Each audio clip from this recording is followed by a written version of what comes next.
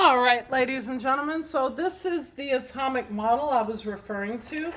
So we're going to be using these marbles here, and we have different types of marbles. We have these red marbles that are going to serve as the protons, these blue marbles that are going to serve as the electrons, and the white ones that are going to serve as the neutrons. So I'm just going to build a couple of atoms with you to kind of help you understand what it was that we were doing and how we populate the shells of the electrons. So this is the nucleus, and these are the electron shells. So you'll see here we have the first shell in here, and you'll see that these are numbered. You may not be able to see it very clearly through there, but it's 1, 2, 3, and 4. So these are numbered. Okay, so we start from the center and we work our way out. So we would imagine that this nucleus would be right in the center here, which is what this depicts. Okay, so let's go ahead and start with an easy one. So we're going to build helium. Well, helium's atomic mass is 4.003 and its atomic number is 2. So 4.003 rounds to 4. 4 minus 2 is 2. So that tells us it has 2 neutrons. And its atomic number is 2. So it has 2 protons and 2 neutrons. Okay? Now, because it's a neutral atom, it also has 2 electrons. So we populate helium with 2 electrons. So it is a happy, stable element because its entire electron shell is full, and it's got 2 protons and 2 neutrons. So that's how we would populate helium. Now let's go ahead and look at a different element. Okay, so let's say we are working with, well, let's go ahead and do sodium. Okay, I talked about sodium a little bit. So sodium is atomic number 11, so it has 11 protons. So 1, 2, 3, 4, 5, 6, 7, 8, 9, 10, 11. So that's 11 protons, and its atomic mass is 22.99 or 23. So 23 minus 11 is 12. So it has 12 neutrons. 1, 2, 3, 4, 5, 6, 7, 8, 9, 10, 11, 12. And as again, all the atoms as depicted on the periodic table are neutral atoms. It also has 11 electrons. 1, 2, 3, 4, 5, 6, 7, 8, 9, 10, and we'll place it here, 11. Now, one thing I want to point out, notice I migrated to the third shell. If you look at your periodic table, you will see your periodic table, sodium is the first element in the third period. Since sodium is the first element in the third period, it has, as I mentioned in the previous lesson, 3 electron shells. So it starts off the third electron shell. Now we talked about ions a little bit when sodium is preparing for bonding and it becomes positively charged.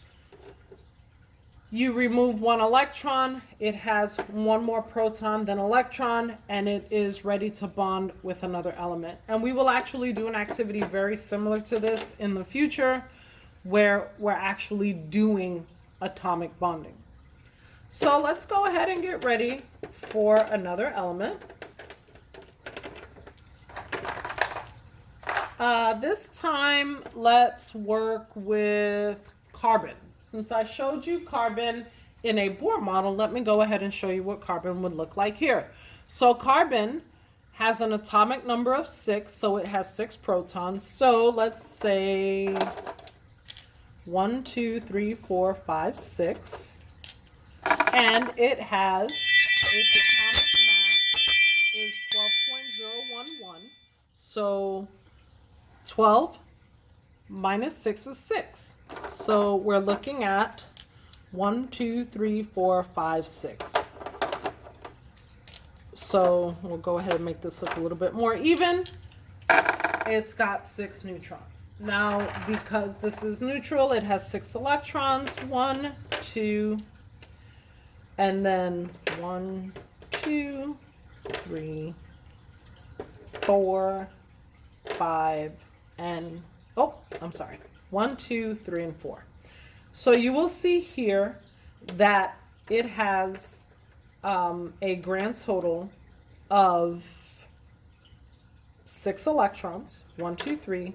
Ooh, throwing electrons everywhere. 4, 5, 6. Okay. Now, although it is not relevant to your lesson right now, you will notice that I started stacking them in a particular sequence. And we could actually do this if you want. But if you can see the letters that are in here with the numbers, they're S, P, F, and D orbitals. And I was just putting them according to their orbitals. It's something you'll learn about a little bit further in the future, probably high school. I don't think we'll get to it here, but I just kind of wanted you to see that you have 2 in the first shell and you have your 4 in the second shell. So we'll do one more really quickly just to make sure you get the hang of it. So let's go ahead and do chlorine. Okay, so chlorine has 17 protons because it has an atomic number of 17. So 1, 2, 3, 4, 5, 6, 7, 8, 9, 10, 11, 12, 13, 14, 15, 16, 17. And it has an atomic mass of 35.453, which rounds down to 35. So 35 minus 17 is 18. So we have 6, 7, 8, 9, 10, 11, 12, 13, 14, 15, 16, 17, 18. And since it has 35 protons, since it has 17 protons, it has 17 electrons. So 1, 2, 3, 4, 5, 6, 7, 8, 9, 10, 11, 12, 13, 14, 15, 16, 17. So now it has one more spot available for bonding. Actually, the electron that would probably go here is if it combines with sodium that gives up that electron that I showed you earlier, and that would make table salt. So this is how we use this model to determine what our Bohr models would look like. Once again, this section here, the nucleus, would actually appear right in here in this little tiny hole. And you would have the electrons expanding around it and circling the nucleus. Okay, hopefully this was helpful and this made a little bit more sense. Have a great weekend.